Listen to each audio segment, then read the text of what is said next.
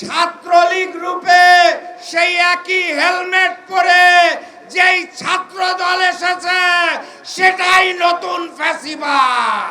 তাদের আমরা বলতে চাই, বাহ বিএনপি চমৎকার, তোমরা নতুন স্বৈরাচার।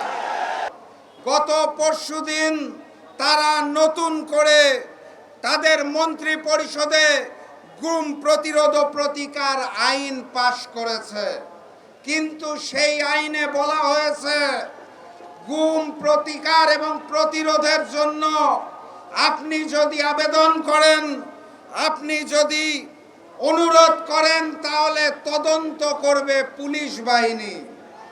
একটি গুমের পিছনে যদি পুলিশ বাহিনী জড়িত থাকে, তাদেরকেই যদি তদন্তের দায়িত্ব দেওয়া হয়, তাহলে সেই তদন্ত স্বৈরাচারী তদন্ত হবে।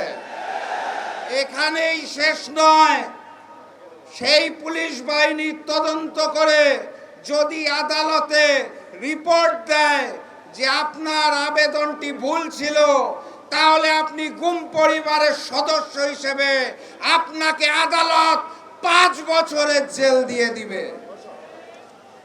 বাহ বিএনপি চমৎকার, তোমরা নতুন স্বৈরাচার।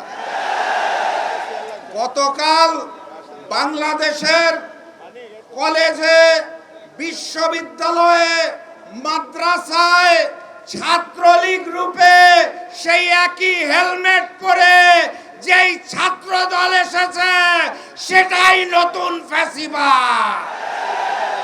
বাহ বিএনপি চমৎকার, তোমরা নতুন স্বৈরাচার। সম্মানিত সাথী এবং বন্ধুগণ, দ্রব্যমূল্যের ঊর্ধ্বগতি, বিদ্যুতের ভুতুড়ে বিল, তেল গ্যাস জ্বালানির দাম বৃদ্ধিকরণ করে বাংলার মানুষকে ভাতে এবং পানিতে যারা মারতে চায়, তাদের আমরা বলতে চাই, বাহ বিএনপি চমৎকার, তোমরা নতুন স্বৈরাচার।